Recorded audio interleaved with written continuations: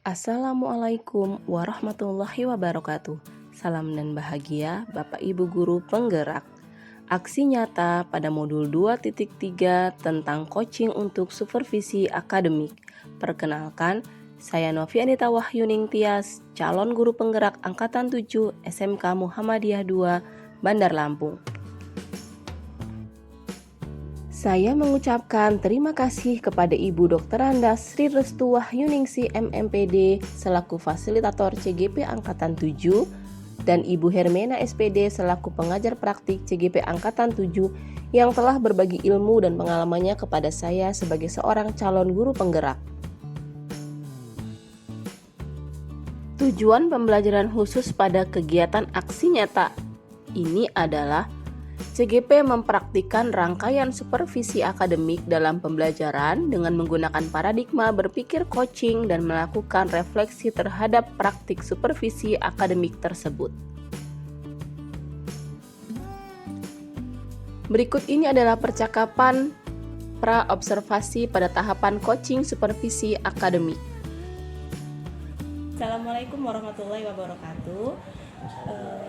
Pada kesempatan kali ini saya akan melakukan percakapan pra-observasi sebelum melakukan kegiatan observasi di kelas yang nantinya akan kami lakukan. Nah, pada video kali ini ketika melakukan kegiatan observasi nanti saya akan berperan sebagai observer dan rekan sejawat saya yaitu Bapak Muhammad Ogi yang nantinya akan saya supervisi di kelas.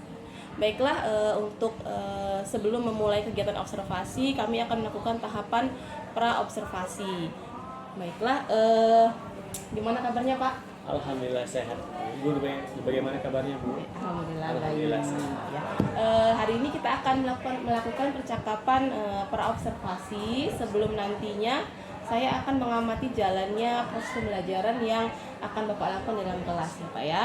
Nah, untuk tujuan supervisi kelas sendiri yaitu untuk mengetahui dan mengevaluasi jalannya proses pembelajaran yang dilakukan dan kenapa kita hari ini melakukan percakapan pra-observasi yaitu sebagai persiapan awal sebelum Bapak melakukan kegiatan pembelajaran di kelas agar lebih siap dan percaya diri sehingga nanti memberikan pembelajaran yang berpihak pada murid ya Pak ya. Baik, siap.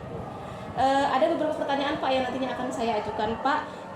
Yang pertama, kira-kira apa tujuan pembelajaran yang ingin Bapak capai? Tentunya tujuan dari pembelajaran yang saya sampaikan pada anak-anak itu siswa dapat memahami apa sih pengertian dari kerajinan dari bahan lunak itu sendiri. Kemudian siswa juga dapat mempraktikkan membuat kerajinan dari bahan dasar lunak begitu. Baik, jadi ada dua ya tujuan pembelajaran yang ingin dicapai ya pada pembelajaran yang akan dilakukan besok ya Pak ya. Jadi ada pengetahuan dan juga keterampilan. Nah, bagaimana area pengembangan yang ingin Bapak capai atau ingin diobservasi nantinya? Yang ingin diobservasi tentunya untuk pengetahuan sendiri, bagaimana sih siswa itu seberapa besar siswa mengetahui dari pengertiannya itu sendiri, jenis-jenisnya, kemudian alat dan bahan yang akan digunakan, kemudian proses membuatnya, hasil karyanya, dan juga kerja timnya. Jadi area yang ingin dikembangkan ada dua aspek ya, aspek pengetahuan dan aspek keterampilan siswa. Ya, saya ingin mendengar Pak, bagaimana rancangan pembelajaran yang akan Bapak lakukan di dalam kelas? Mungkin dari strategi pembelajarannya, model pembelajarannya, ataupun media pembelajarannya Pak. Iya, mungkin karena tentunya di kelas itu kan anaknya berbeda-beda Bu ya, beragam. Kadang ada yang tinggi banget kemampuannya, ada yang rendah, ada yang sedang. Makanya bisa dibilang mereka berdiferensiasi lah, berbeda satu sama lain. Tentunya saya nggak anak yang kurang sama anak yang kurang, yang pintar sama yang pintar doang, tapi enggak. Jadi saya karena tahu anak itu berbeda-beda, saya bagi kelompok Bu, kemudian dicampur agar mereka bisa bekerja sama gitu. Kemudian tentunya dengan ada problem based learning, kemudian ada tanya jawab. Jadi strategi yang digunakan itu pembelajarannya menggunakan berdiferensiasi ya Pak ya. Sekali, Bu. Dengan metode model pembelajarannya problem based learning ya. Dan metodenya nanti anak-anak berdiskusi, terus tanya jawab dan kerja kelompok gitu ya Pak ya. Nah, bagaimana dengan media pembelajarannya, Pak? Apa yang nantinya akan Bapak gunakan ketika pembelajaran di kelas? Ya kan tadi kan anak beda-beda tuh Bu. Iya, Ada iya. yang visual, ada Iya. yang audio. Iya. Makanya saya mencoba untuk memfasilitasi semua kebutuhan anak gitu. Oke. Jadi saya benar menyiapkan, selain saya ngasih ceramah, Iya. ngasih pidato doang gitu Bu ya. Tentunya saya juga menggunakan media agar anak-anak lebih terserap ilmunya, seperti menggunakan PowerPoint, kemudian video-video, contoh-contoh begitu Bu. Iya. Seperti laptop, PowerPoint, itu Bu, LKPD tentunya jangan lupa. Gitu. Jadi media pembelajarannya bervariasi ya, Bervariasi, sesuai Bu. dengan kebutuhan Kebutuhan belajar di kelas, murid ya. Jadi iya. ada yang mungkin karena memang gaya belajar anak ini berbeda-beda. Berbeda-beda. Ada yang dia cukup melihat bisa, Sudah ada yang harus nyambung. melihat dan mendengar, ada yang benar harus banget. kinestetik, harus bergerak Iya, gitu harus ya Pak bergerak. ya. Iya, oke. Baik Pak, kira-kira kapan Bapak akan melakukan kegiatan pembelajaran tersebut, di hari apa, kelas berapa dan jam berapa? Iya. Saya insya Allah akan mengajar di kelas 11 TKJ Bu, dari Rabu itu jam ketiga dan jam keempat. Oke, baik Pak. Jadi nanti di hari Rabu di kelas 11 TKJ jam ketiga 4 saya akan datang ke sana ya Pak ya. Siap, Itu Ibu, saya siap. akan melakukan supervisi kelas. Saya juga akan mengamati dan mencatat jalannya proses pembelajaran. Setelah saya melakukan observasi di dalam kelas, kita akan melakukan percakapan pasca observasi Pak ya, yang nantinya akan didampingi oleh pengajar praktik gitu Pak ya. Sebelum kita mengakhiri percakapan pra-observasi hari ini Pak, kira-kira apa yang Bapak dapatkan dari hasil percakapan kita hari ini Pak? Tentunya ada banyak hal Bu ya yang saya dapatkan dari hasil percakapan pra-observasi ini. Saya jadi tahu gambaran ketika saya akan ngajar besok nih, dari strateginya, medianya, sehingga saya bisa prepare lebih. Iya, Saya iya. ngasih pembelajaran bisa lebih maksimal Iya, dengan iya. adanya pra-observasi ini. Iya, Gitu iya. Bu. Baik Pak, mudah-mudahan apa yang Bapak rencanakan nantinya ketika besok di kelas bisa berjalan dengan lancar, dengan baik dan sesuai dengan harapan Bapak ya. Terima kasih Pak sudah bersedia melakukan percakapan pra-observasi hari ini ya. Sampai bertemu hari Rabu ya Pak ya. Iya, terima kasih Pak. Sama-sama Bu Novi. Sukses selalu ya Bu. Demikian percakapan pra-observasi hari ini. Sampai bertemu lagi di kegiatan observasi dan percakapan pasca observasi. Terima kasih. Wassalamualaikum warahmatullahi wabarakatuh. Berikut ini adalah tahapan observasi di kelas.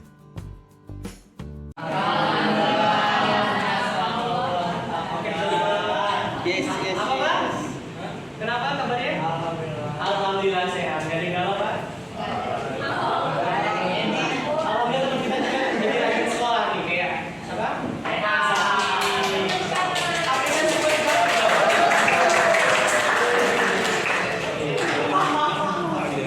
Andini, kenapa nggak masuk Andini? Katanya sakit. Fatih? Benerin jalan. Iya. Kalau kemarin kita udah pernah membahas prakarya juga, teman-teman juga kemarin udah praktek ya tentang membuat dari bahan lunak, ada yang dari sabun, ada yang apa lagi? Koran, ada yang rokok, dari stick, kan dari kayu bahannya ya. Tadi kita bahas ya dari karton. Oke, hari ini kita akan belajar lagi terkait dengan kerajinan dengan bahan lunak. Ya, kerajinan dengan bahan lunak. Nih, ada banyak macam kerajinan dengan bahan lunak. Kayak yang waktu kita buat waktu itu dari sabun, dari apa lagi? Dari koran, dari stick ice cream yang terbuat dari kayu kan, dari bahan yang ada. Kemudian, nih produk kerajinan dengan bahan lunak itu merupakan produk kerajinan yang memanfaatkan bahan-bahan alam seperti tanah liat, serat alam, kayu, bambu, kulit logam, batu, rotan dan lain-lain, ya kan? Atau dari bahan sintetis sebagai bahan kerajinan seperti limbah kertas dari koran, apalagi plastik, karet, ya kan? Oke. Ada dari kalian udah pernah buat dari karet mungkin? Ya Pak? Belum Pak. Belum pernah. Kenapa belum pernah? Karena nggak ada karetnya. Oke. Di sini ada bahan lunak yang alami. Coba dibaca Bil. Bahan lunak alami adalah bahan lunak yang diperoleh dari alam sekitar dan Diperoleh sih ya. Iya. dari alam sekitar dan bahannya juga secara alami tidak maupun dengan bahan buatan. Ya, benar banget. Bahan lunak alami yaitu bahan yang diperoleh dari alam dan warnanya secara alami, tidak dicampur dengan bahan apapun. Rio, misalkan kalau tidak dicampur dengan bahan apapun itu dicampur apa misalkan? Tidak dicampur. Kalau dicampur itu bukan dikasih bahan apa? Misalkan bahan kimia, ya kan? Kalau kalian mau buat slide, permainan slide, itu kan dikasih apa? Borak. Boleh dikasih borak, tapi kan slide itu kan dimainkan oleh anak-anak. Berbahaya nggak kira-kira? Berbahaya, bukan?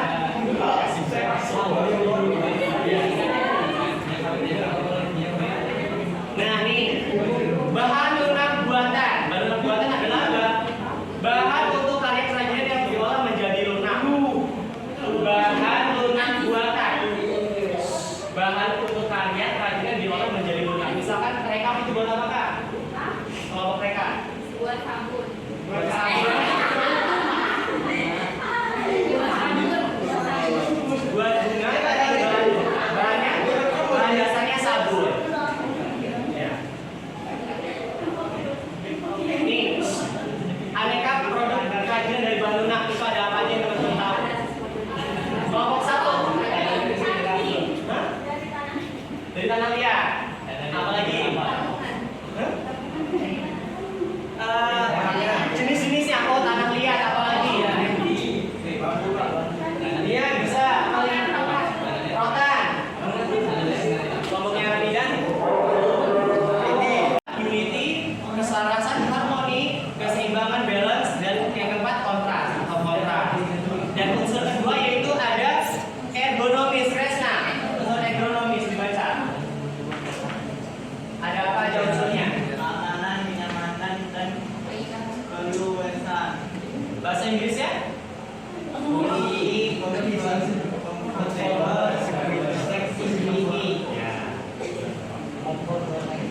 Ingat, kalau estetika punya 4 prinsip, kalau di ergonomis itu ada 3 prinsip.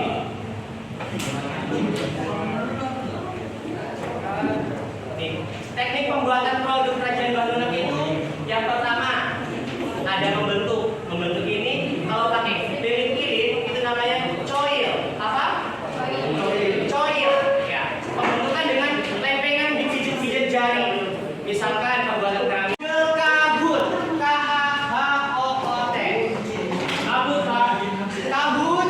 K-A-H-O-O-T.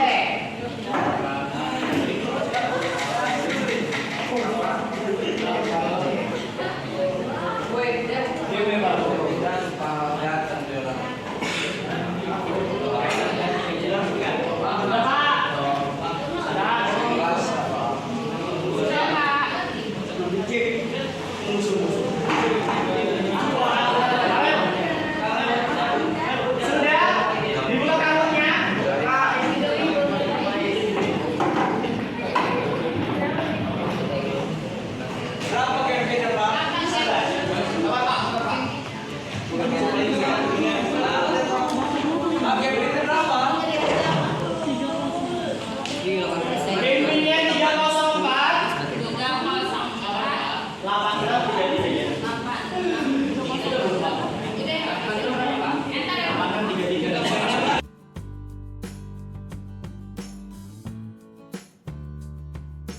Berikut ini adalah percakapan pasca observasi pada tahapan coaching supervisi akademik.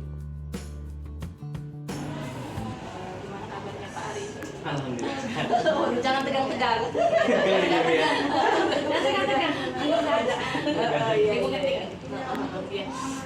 Jadi alhamdulillah ya kita sudah melakukan kegiatan praobservasi dan observasi di kelas juga kemarin sudah saya lihat di kelas 11 TKJ ya. Jadi saya sudah melakukan pengamatan maupun melihat bagaimana proses pembelajaran kemarin. Sekarang ada beberapa pertanyaan yang ingin saya ajukan nih Pak ya. Jadi bagaimana perasaan Bapak setelah diobservasi? Dekat ya sih. Deg-degan ya. Observasi pembelajarannya Bu. Setelah diobservasi ya, jadinya kita bisa lebih prepare lagi sih Bu akan pembelajaran kita mau kasih ke siswa, baik itu materinya harus benar-benar kita kuasai dengan medianya. APD-nya. Alhamdulillah ya, berarti kegiatan supervisi kemarin berjalan dengan baik Ya, dan betul. lancar gitu ya. Saya mengamati bagaimana Bapak dengan penuh kesabaran kemarin ya, terus ya telaten juga membimbing anak-anak ya, terutama pada kegiatan-kegiatan seperti diskusi gitu ya Pak ya. Nah, pada kegiatan percakapan pasca observasi ini, kira-kira pada tahapan ini apa yang ingin Bapak dapatkan? Pada Iya. yang pasca observasi ini tentunya yang ingin saya dapatkan itu evaluasi dari pembelajaran yang saya lakukan. Jadi tujuan kita di tahapan pasca observasi ini itu untuk merefleksikan ya, merefleksikan atas pembelajaran yang telah dilakukan. Lanjut ke depannya seperti apa gitu ya. Nah, jadi apakah pembelajaran yang dilakukan Bapak tadi sudah sesuai dengan tujuan rencana pembelajaran yang Bapak rencanakan di awal ketika pra-observasi belum? Sudah sih. Sudah ya. Jadi menurut Bapak pembelajaran yang sudah dilakukan sudah sesuai ya Sesuai dengan dengan rencana gitu ya.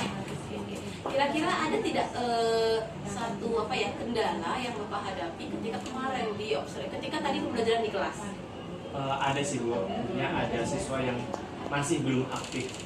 Dia cuma jadi penonton aja kalau yang diskusi, dia cuma diem. Tapi saya sengaja lontarkan pertanyaan ke dia, dia tuh ada juga semangatnya, ada keberaniannya. Jadi menurut Bapak pembelajaran yang tadi dilakukan itu siswanya walaupun sudah duduknya di kelompok-kelompokan, tapi ya, masih kurang aktif ya masih ketika aja ada yang berdiskusi. kurang aktif satu dua orang Iya. gitu. Mungkin masih ada yang ngobrol Benar. gitu ya di kelas. Oke. Jadi kayaknya padahal harapan kita di awal gitu ya, di sebelum kita melakukan observasi siswa ini bisa aktif, terus bisa apa ya fokus belajarnya gitu ya. Jadi ekspektasi seperti apa sih sebenarnya yang diharapkan ketika pembelajaran tadi, seperti apa kira-kira?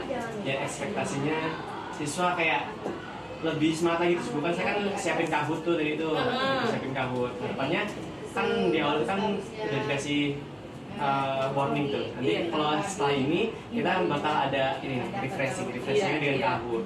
Ya harapannya tadi tuh ekspektasinya siswa bakal fokus, konsentrasi, aktif diskusi, kemudian bisa semangat untuk bersaing ngerjain kahutnya. Kan ranking 1, 2, 3 saling bersaing. Tapi tadi dari hasil kahut tadi tuh ya kelihatan sih Bu, saling berebut posisi. Jadi Bapak berharap bahwa pembelajaran tuh anak lebih antusias, Iya, gitu, antusias. lebih antusias dengan melakukan berbagai metode gitu ya. strategi yang saya gunakan. Tapi masih motivasi anak ternyata masih belum seperti yang kita harapkan gitu ya, karena anaknya ada yang kurang fokus belajarnya. Ya. Jadi menurut Bapak, adakah ide-ide kreatif yang bisa diterapkan di pertemuan selanjutnya atau di pembelajaran selanjutnya supaya anak-anak tadi bisa fokus, bisa termotivasi dan bisa lebih semangat lagi belajarnya? Ya, tentunya saya tadi dari yang saya gunakan tadi, saya ada refleksi diri sih Bu. Iya. Apa yang saya, mungkin besok saya pinginnya itu ketika saya menyampaikan suatu materi, saya nggak kupas secara utuh, tapi saya kasih sub-sub materinya aja, kemudian saya bagi kelompok, mereka selesaikan secara kelompok, kemudian mereka harus mempresentasikan di depan, begitu. Jadi mau nggak mau masing-masing anggota kelompok itu ikut andil dalam presentasi tersebut. Jadi mungkin lebih ke bagaimana memenuhi kebutuhan belajar sesuai ya murid ya. Jadi kita mungkin dengan menerapkan pembelajaran yang berdiferensiasi gitu ya, artinya sesuai dengan kebutuhan murid gitu ya. Nah, jadi menurut Bapak kira-kira apa ya yang bisa kita lakukan supaya anak tadi bisa kebutuhan belajarnya terpenuhi? Misalnya apa kita supaya anak nggak jenuh bisa speaking mungkin gitu ya. Tentunya itu Bu, saya di awal itu besok pengennya saya ice breaking, tapi yang berkaitan dengan materi yang akan saya sampaikan, jadi sinkron gitu. Jadi anak-anak yang tadinya misalkan di jam pertama udah capek banget nih, misalkan tadi kan kayak matematika tuh, mereka udah capek banget. Tapi ketika saya masuk, aduh belajarnya mau panas lagi nih. Ternyata nggak, kita di ice breaking dulu, biar adem dulu, sehingga mereka fokus lagi, semangat lagi untuk menerima kajian. Tapi karena memang kita jamnya siang sih Pak. Jamnya siang. Tantangannya memang begitu. Jam rawan memang. Iya, jam rawan. Terus memang anak-anak itu kadang-kadang nggak semangat karena siang. Nah, cuaca sekarang kan luar biasa. untuk kembali ke fokus tadi memang kita harus kreatif sebagai guru ya, harus punya trik-trik tertentu supaya pembelajaran anak-anak tetap fokus, terus hasilnya juga sesuai dengan apa yang kita harapkan gitu ya Pak ya. Nah, selain itu Pak, hal apa yang akan Bapak lakukan agar anak-anak dalam berdiskusi lebih aktif, semangatnya terjaga dari awal pembelajaran sampai akhir pembelajaran? Kalau itu biar semangat terjaga itu, saya kan sudah dibagi kelompok tuh Bu. Masing-masing kelompok itu harus ada menyalurkan ide-idenya gitu Bu. Jadi kalau dari Andin apa nih, jadi saling berbagi praktik baiknya sama teman gitu, biar saling melengkapi sama teman, kan? Biar lebih semangat lagi. Saya tentunya besok kedepannya kasih reward sih ke mereka. Reward ya, biar lebih semangat ya Lebih Pak semangat ya. lagi. Jadi kayak kita bisa menyesuaikan pembelajaran dengan minat dan bakat anak ya gitu. Jadi memang minat sama bakat anak ini kan setiap anak berbeda-beda ya, iya berbeda-beda. Jadi kita juga menyesuaikan dengan kebutuhan belajarnya, kesiapan belajarnya, serta gaya belajarnya itu. Karena kadang ada anak tuh yang dia begitu melihat saja sudah paham. Ada yang harus mendengar dulu, melihat, mendengar. Ada yang dia harus melihat, mendengar, bahkan harus bergerak gitu ya, kinestetik tadi ya, iya. Ya. Jadi selain setiap anak memiliki kebutuhan belajar yang berbeda-beda, nah kebutuhan belajar anak itu terkadang menjadi salah satu faktor yang menjadikan minat belajar anak itu berkurang atau tetap stabil gitu ya. Yang dari tadi ya, kesiapannya tadi, sehingga daya belajar anak itu harus kita perhatikan, kesiapan belajar anak harus benar-benar kita perhatikan ya. Nah, untuk memenuhi kebutuhan belajar sehingga semangat anak meningkat, kira-kira apa yang dapat dilakukan ya Pak ya? Yang saya lakukan terus ya, dari inovasi akan media saya gunakan. Misalkan besok kan kadang-kadang kalau anak cuma dikasih ceramah, iya ada yang langsung nyambung dengan ceramah aja. Ada yang dia harus melihat secara real gitu. Ya mungkin kedepannya saya bakal bawa benda secara langsung, yang bisa pakai proyektor, LCD gitu. Jadi apa ya, metode pembelajarannya ya, metode pembelajarannya lebih bervariasi sesuai dengan materi yang disampaikan gitu ya. Jadi siswa juga nggak jenuh, siswa juga merasa nggak bosen setiap ketemu guru, image aduh ini bakal ngantuk gitu ya. Jadi yang seperti itu bisa hilang gitu, karena tadi kita sebagai guru lebih kreatif lagi mengembangkan bagaimana dalam pembelajaran itu kita membuat sebuah perencanaan yang tentunya hasil akhirnya itu apa yang menjadi tujuan pembelajaran kita tercapai gitu ya. Nah, jadi apa rencana yang akan Bapak lakukan ke depannya supaya tadi target-targetnya tercapai gitu. Target-targetnya tercapai. Iya, supaya pembelajarannya itu benar-benar yang kita harapkan tuh tadi di awal motivasinya masih kurang, biar bisa termotivasi benar-benar. Mungkin salah satunya dengan tadi kayak yang disebutkan ice breaking gitu ya. Pokoknya perencanaannya tadi matengin Ibu, dari mulai ice breaking, kemudian kalau misalkan situ udah punya plan nih, udah punya plan B, kalau misalkan anak udah mulai itu lagi, apa yang harus dilakukan? Harus punya tunggu plan-plannya deh. Kalau plan A gagal, oh iya, ada plan A, plan B ya. Iya benar-benar ya. Itu salah satu upaya kita supaya pembelajarannya tadi nggak monoton gitu ya Pak ya. Walaupun kita semuanya siang tuh biar bisa efektif gitu. Iya. Nah, di dalam menjalankan rencana-rencana yang telah Bapak siapkan tadi, tentunya Bapak akan berkolaborasi ya dengan rekan sejawat gitu ya. Iya, dari rencana yang akan Bapak terapkan nantinya, kira-kira siapa yang akan diajak berkolaborasi nantinya? Tentunya saya akan ngajak guru yang mengampu mata pelajaran yang sama. Saya ajak, misalkan saya KWU, saya akan ngajak berpartner sama guru KWU. Iya. Kira-kira apa sih strategi dari, siapa tuh saya bisa mencuri ide juga, sharing sama guru yang teman partner saya nih Bu, gitu kan pasti dia kan punya strategi metode sendiri kan Bu, yang dia treatment ke siswanya.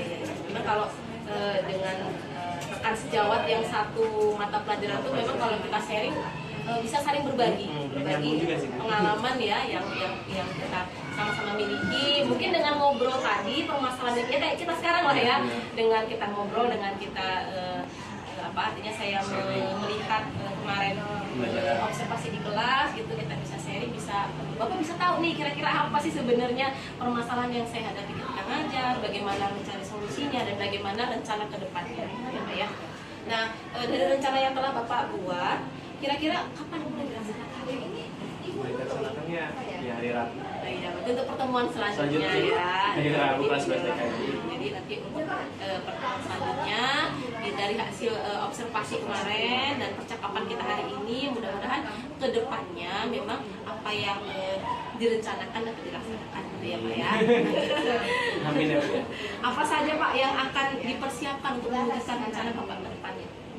Yang dipersiapkan ya tentunya tadi itu perencanaannya terus bagian RPP-nya, kemudian saya nurunin dari KD indikatornya, kemudian media-media saya gunakan. Artinya membuat rencana pembelajarannya lebih apa ya, lebih dipersiapkan lagi gitu ya Pak ya, lebih matang sehingga benar-benar apa yang menjadi tujuan pembelajarannya juga bisa tercapai, apa kebutuhan murid juga bisa terpenuhi, kemudian hasilnya juga sesuai dengan apa yang kita ya.